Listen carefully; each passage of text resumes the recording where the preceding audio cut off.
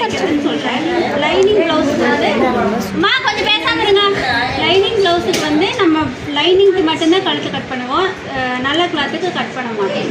சரிங்களா? அது வந்து கடைசியில் கழுத்தை அடித்து திருப்பிட்டு அப்புறம் கட் பண்ணுறது.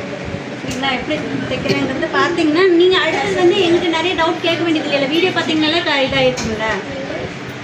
கீழே அந்த ஒரு இன்ச் தான்